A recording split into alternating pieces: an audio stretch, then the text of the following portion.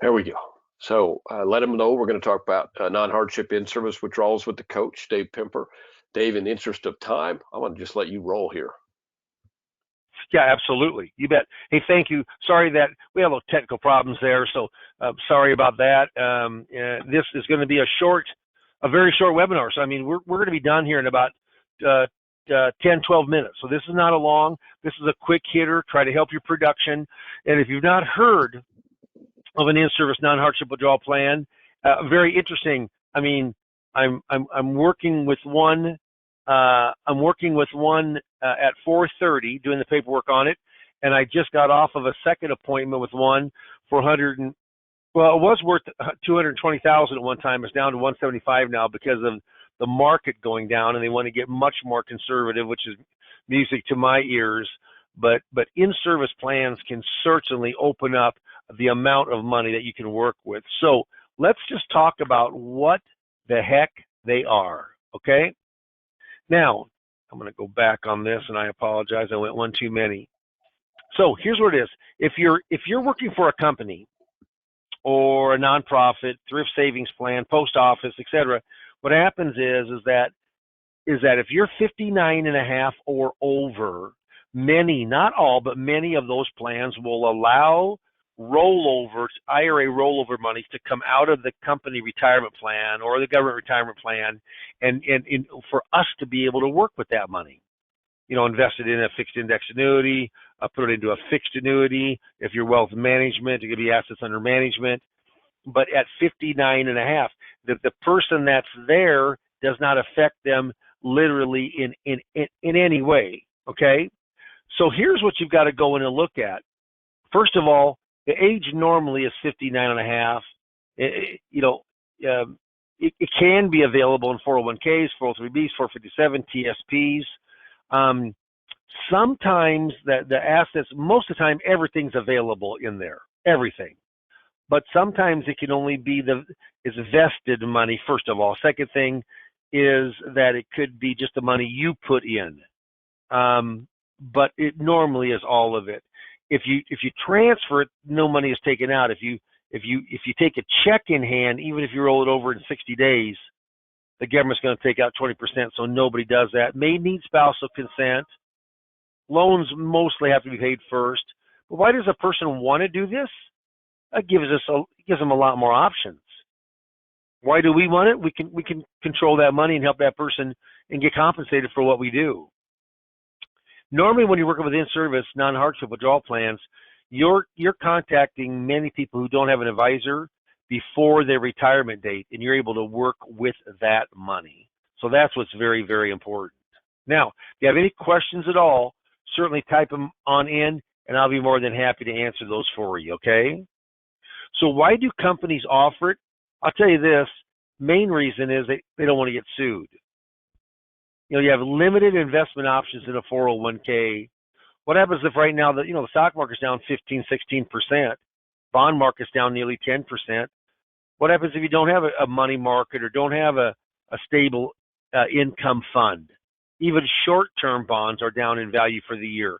They could say, look at, my $3 million, I had no safe, guaranteed place to put it. But with an in-service plan, the company just says, well, look, you have the option. You're over 59 and a half. You could have took it out. And the bigger amounts of money are people over the age of 59 and a half. They also want to be competitive within the marketplace. A lot of people phase in and they're able to keep money in that company retirement plan, but working less hours. Now, you say, how the heck do I know whether a company has a 401k? We did it today. It was with Glaxo, SmithKline, big drug company. And they have their 401 statement. I called the 800 number. They have to verify some things with the owner. And then they said, I'm Dave Pimper with my broker dealer, and here's who I am. And I got some questions. And my client, my prospect's right there with us. First thing I said, is there a 59.5 rule or an in-service non-hardship rule? And there was. It's $175,000, and they want the majority of it guaranteed, which sets up great for the fixed index product. And you know what? If you're not showing more fixed index right now, something's goofy, because people are really, really concerned about where the market's going. Big plan sponsors um, uh, like Fidelity and Vanguard, Mass Mutual, American Funds. Everyone does things a little differently. This was just like Fidelity. I mean, I asked him how we go and retrieve that money. Just the checks made out to the new custodian, mail to the client, FBO client brings it in. But you call the custodian off the statement. Don't call the company.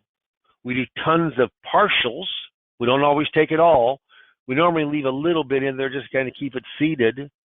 But it just gives the client many more options. It hopefully makes their portfolio better. So remember, this is a rollover. There's no taxation. You always want to ask, is there any Roth contribution? Is there any after-tax contribution? The majority of our business comes from rollover plans, and that's where the money's at. And that's how we can help the people the very most, is by diversifying out the money, getting hopefully a better guarantee option. Company retirement plans have very, very poor guaranteed options, very poor. A little bit different with thrift savings plan, but company retirement plans and 403Bs do not. Remember, RMD age of 72, that's be going up to 73 if this passes Secure Act 2.0, but you have control of your money, and everybody wants control of their money. There's my ugly mug, 67 years old, in the business for 41 years. I almost hate to say that. That just makes me sound really old, but I love what I do. I'm an advisor just like you are. I'm hitting the pavement day in and day out. I do a lot of marketing. So, I mean, I just had a gal come in from a Social Security seminar. Just got done talking with her. She had $185,000, but I couldn't work with that money. She's already with an advisor that she trusts and she likes, but she wanted information on Social Security.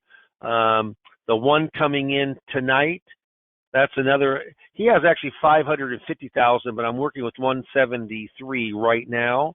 That came in from Retirement Boss Radio, which is a radio host show. So I'm in full production. I'm busy. I mean, I have lots of appointments.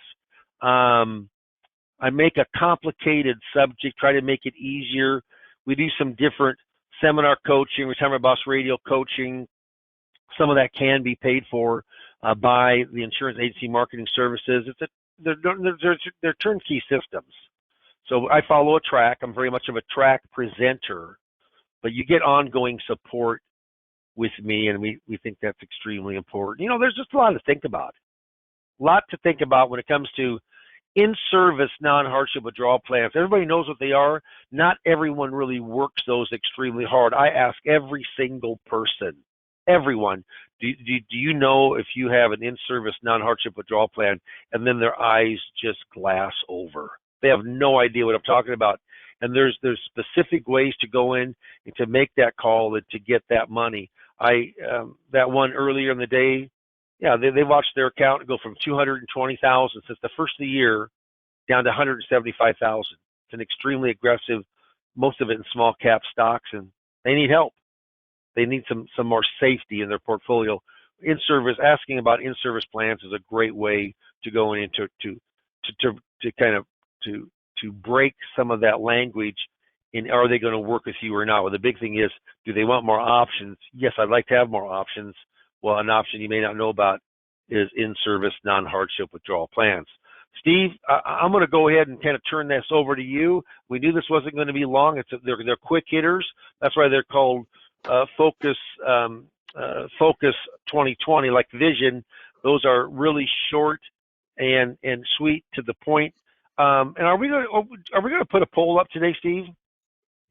Yeah, is that what we're trying to do? I could put a poll up. Good. Let's do. We don't always put a poll up, but we want to. We got a lot of folks on the line today. If you'd like to get more information on in-service non-hardship withdrawal plans, or I'll just say marketing in general to have more appointments, yeah, mark yes on that. Brady Pelzer will call you, and if you mark yes, certainly take the call, because we don't want to spend a lot of time, calling back and forth. But we'll get a good time for you, a good time for me, and sit down and just kind of see what you're doing and seeing if maybe knowing more about his service or some of the kind of the different marketing things we do to get in folks could benefit you. So, Steve, as we're kind of closing it down here, I'm going to turn it on over to you. Thank you, Dave. A couple questions. So I don't remember mentioning that you had 500 and plus public seminars, but maybe you did, but somebody's asking what you do public seminars about. Uh-huh. Well, I've done many subjects, through the years, 552 public seminars. It's a lot. That's not, Steve, that's not counting our Medicare seminars that FAM is doing right now. Oh, But that's sure. just for myself. And you know what? Social Security is by far the hot topic right now. And it has been. I mean, for quite a few years. You can do taxation, you can do estate planning. There's a lot of other things you can do, but 95% of all Americans have a Social Security benefit. Not 95 do not have stocks. 95 don't have funds, mutual funds. 95 don't have fixed index annuities. 95% don't have life insurance. Yeah, but 95% of people are getting the Social Security benefit. The ones that are wealthier, the ones that are more educated about finances, those are the higher wealth individuals. They're more concerned about maximizing their Social Security. If you don't have much money, I'm telling you, you need to take that when you're 62. You have to take it when you're retired. And very few people maximize. Only 4% of all people maximize their Social Security benefits. So, Steve, I just answered that question in a real long answer, but it is by far I do 20 Social Securities to any other one type of seminars that I do. And I've got 6 or 7 seminars that I've put together, compliance reviewed, but Social Security is the one to go to because it basically presents opportunity every single time I speak. And I have a Social Security workshop. I got to think on this real quick. I have a Social Security workshop next Wednesday and Thursday. I've got Social Security workshops. So last time I got 14 appointments. Already written 2 pieces of business, just under 500,000 I've written. So I got 2 more that I might. So I'm looking forward to this next workshop. Hopefully we can write a $500,000 plus again. Yeah, if you can get 14 appointments and write 2 pieces of business and spend 2,750 to get in front of people, you will do that every day. I will go to Vegas all day long. That's exactly right. Those are odds you're happy with. We should probably mention too, just because obviously you meet a lot of people, and so you have more chances to talk about Social Security and in-service non-hardship withdrawals and things like that. And certainly Social Security is via those seminars, you meet a good share of people there, but you also do via Retirement Boss Radio as well. Mm-hmm. Of the 2 right now, you think seminars, just because I know you're doing more of them than you have, during the course of the pandemic, but would you say more from seminars or more from radio? As far as production and appointments? Yeah, appointments, I was thinking. Yeah, I would say appointments. Well, Retirement Boss Radio costs a little more, but of just the cost per appointment, it's pretty tough to beat Social Security seminars. The dollar amount with radio is a little higher. The dollar amount. The people that come on in, I work with a little larger amount, but I work with the average person. I'm not working with that many multi-million-dollar accounts. It isn't what I do. I work with a lot, as you know. I have a lot of appointments. I don't have a minimum. Some people that are in the business as long as they'll have minimums. I elect not to. So I work with person that got 50,000. I'm certainly going to work with it. But is there one better than the other? Steve, it's kind of like you have an apple and you have an orange. Which one tastes better? Well, you know what? To me, they both taste pretty good, depending on when I'm doing it. But I would say for just the number of appointments, pretty tough to beat Social Security seminars. Yep. Seminars, yeah. Yep. Good. Everybody wants more information, and so we will make sure that Brady gives you a call and gets that out to you. That's great. I'm going to close that poll. I should say everybody but one. We got one person doesn't want information. I'm going to close that poll out. Shame on them. I bet their computer wasn't working. That could be, yeah. I close it out here. I did put up your website for Retirement Boss Radio. Oh, good. I'm going to chat that out to everybody. Yeah, just to let you know, as Steve's getting this up, but www.retirementbossradio.com, www.retirementbossradio.com. We have an hour radio show recorded with a co-host, and we market that proprietary through Insurance Agency Marketing Services.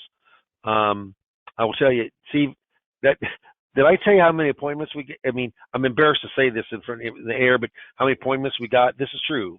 Last weekend we got six. We got six. We had 7 calls that came in, and there was actually by the call center they set 4, and then when we called, when administrator called everybody back, 2 more signed up, and so we had 6. That's pretty darn good. So you know what? If we have 10 a month appointments, I'm as happy as a lark. Are we averaging more than that? We are. A little more costly than seminars. Where seminars is $2,750 all in. You know, Retirement Boss Radio per month for an hour show per week. For a month, it runs $3,000 to $4,000 usually. That's about what the cost is. So, but not more than a dinner seminar. Remember all the old dinner seminars we did, Steve? You know, those Social Security seminars are not dinner seminars. You give them trinkets of food. You give them water. You give them maybe some tea, and we have some, you know, maybe little chips or little candies that are wrapped now because of the pandemic. But people are very eager to learn about Social Security. We coach you up on that also. So anyway, but in service, I'm gonna go as we finish. But in service, I'm gonna tell you right now, that rollover money, that rollover 401k, rollover IRA, rollover a thrift savings plan, big money's out there, trillions of dollars out there in rollover money. And you know, I feel great about what we do, but we're helping people get a better plan, helping people not to have the losses that we've had in the last 4 months. So if I can help in any way, we'd love to talk to you. And Thompson asked a question that is now particularly pertinent given what you said. Let me see how he worded it. Over the last year, he probably means this year, there's been a lot of losses in the market. You think people will want to proceed with in-service non-hardship withdrawals given their losses? Yeah, it's like a softball question, of course. I mean, they're unhappy what's happening with their 401k. The great example are this people. This came in from Retirement Boss Radio at $175,000. I said, would you be open for me to give you a couple ideas on your plan? This gal she was kind of the money person and the driver. It's her husband's plan. But she looks at me and goes, Dave, and they came up for Lincoln, Steve. So that's an hour trek to get here. She goes, that's why we're here. I said, okay. I just wanted to make sure. Yep. Yeah, and then we called to make sure they had it. Glaxo does have it. And you know what? They thought it was worth $202,000. It was worth up to $200. On April the 7th, is worth $202. From April the 7th until today or yesterday's close, that's April the 7th through May the 11th. It dropped from $202,000 to $175,000. And it was like, gosh, I thought it'd be down to $185,000 maybe. Sure. But it was down to because that's how aggressive. You don't think people want to get out of that type of investment? You darn right they do. It's a beautiful time to be marketing. Well, Thompson, quick follow-up. This is a long follow-up, so I think the question he was asking was, now do people want to stay in the market to try and make up their losses, or do they want to get out? You know, I mean, well, some do. I mean, if you're savvy, you can handle the ups and downs. You bet. You know what? And they only had. Yeah. What happens is, that $175,000 is that they had some monies. They had, I think, $50,000 in money market. Yeah, about $50,000 in savings and checking.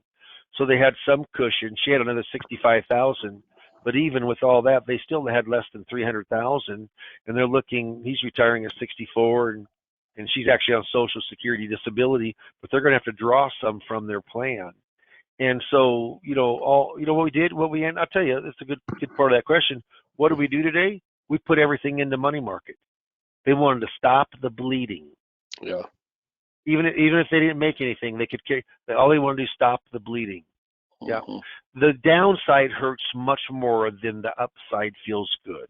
Just always remember that. Yep. Yeah. Yep. Quick question from Vito. How do we compete against financial advisors from the big brokerage firms? Yep. So let's just say, I take it that is a Vito. Vito. Yep. Is that what you said? Vito. Yep. Yeah. So I take it that he's strictly insurance licensed, right? I'm not going to say it. I don't know that, actually. I don't know that. Okay. Well, if he's a wealth, I'm trying to say, is he going to compete from the wealth and the insurance with the Merrill Lynch's and the UBS's and so forth, or what should I address, or just the insurance guy? What should I address there? Let's address it as just from an insurance standpoint. Yeah, sure. Okay. Yeah. So remember, people buy insurance for protection. That's it. So let's say if they have a plan, it's like those people right here. They have some other outside liquid money, but not a ton, because they don't have a ton of money. But here's what happens is, you always have to remember, and the insurance companies are going to limit you also. You can't go in and put everything into a fixed index annuity. They're not going to allow you to do that and have no liquid money to work with in emergencies, because they consider that money tied up, even though there's a 10% withdrawal. Some is the first year, some is after the first year. But what happens is I would just bill myself. I'm a cardiologist on guarantees. That's what I do. My expertise is guarantees. Let's say it's 500,000. You got 500,000. Of that money, and I do say this, Steve. I mean, you know what? I've historically done this. We've been in a good market though. But if you say 4%, give or take, most fixed indexed, I just do a 1 year point to point. I keep it very simple, but they've averaged that. Okay. Yep. And so Yep. give or take 4%, 3.5 to 4, but it could be 4.5, but how much would you put in? Well, today the person said I'd put in at least 50%. Well, all of a sudden off of that's how you compete. And so you say, our expertise lies within the guarantee. It's not the risk-taking part. We're in the guarantee part. And so, but we know a lot about the guarantee part. And of course, insurance companies are much more, even with the 10-year treasury bond going up, it's still only 3%. And, and we got fixed rates that are much higher than 3% and not paying any taxes on it. So that's what I would do. I would bill myself as my expertise, and I would do partials. I mean, can you try to get it all? You darn right if they have other outside money. But most people don't want to all be in the market or all be in guarantee. But right now, you got a lot more people entertaining guarantee. I'll guarantee you, because the market's down so much. This is the nasty side of the market. And Steve, are the clouds going to get darker, or do you think they're going to get lighter in the near future? I would say we can probably, if the market's going to be a jagged line heading downward, it feels like to me. I agree. Yeah. We got too many things going against us, and it'll be interesting what happens 2 months before the midterms, because it could go up a little bit, because every politician is guaranteeing, is assuring everything. But back to the question, you compete against the big boys by two ways. First, most of us own our own firm. You're working with the owner. Second thing is, my expertise is around guarantees. I know, like Edward Jones, I still don't think they do any fixed indexed annuities. Do they? Do you know, Steve? I don't think they do they? No, I don't. Not that I'm familiar with. They might offer a good money market. That's an oxymoron when you say that. Good money market, yeah, for return. No, they don't. So what happens is, you don't have many Merrill Lynch's, UBS brokers. They're in the accumulation business. They're in the asset gathering advisory business. They're not in the fixed indexed annuity business, but many of our advisors are. And I do both. And Steve, you know that, but I do my share of fixed index. I do my share of securities. and I have a mixture. And if I didn't do any securities, I would do more fixed indexed.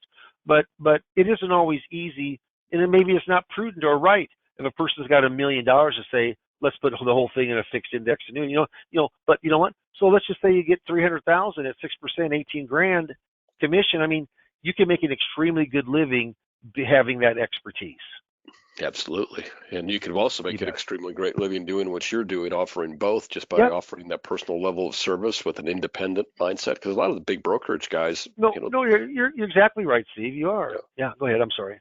They just limit what you could offer, and they're not the personal service is not necessarily what you like to see either. So good to work with the guy that owns the firm.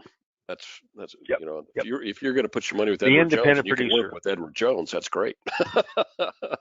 Work with Ed Jones. Well, that ain't happening. Yeah, no, you're exactly right. Good question. Any last questions before we go? No, I think we've hit them all. We were right on Vito. Vito did reply while we were chatting there, and he said he's an insurance professional specializing in Medicare. So we were. Oh yeah. Well, you know what? Again, and interesting. I mean, my son Sam, he runs our Medicare shop. That's all he does. And he doesn't do anything else. I do all the other stuff.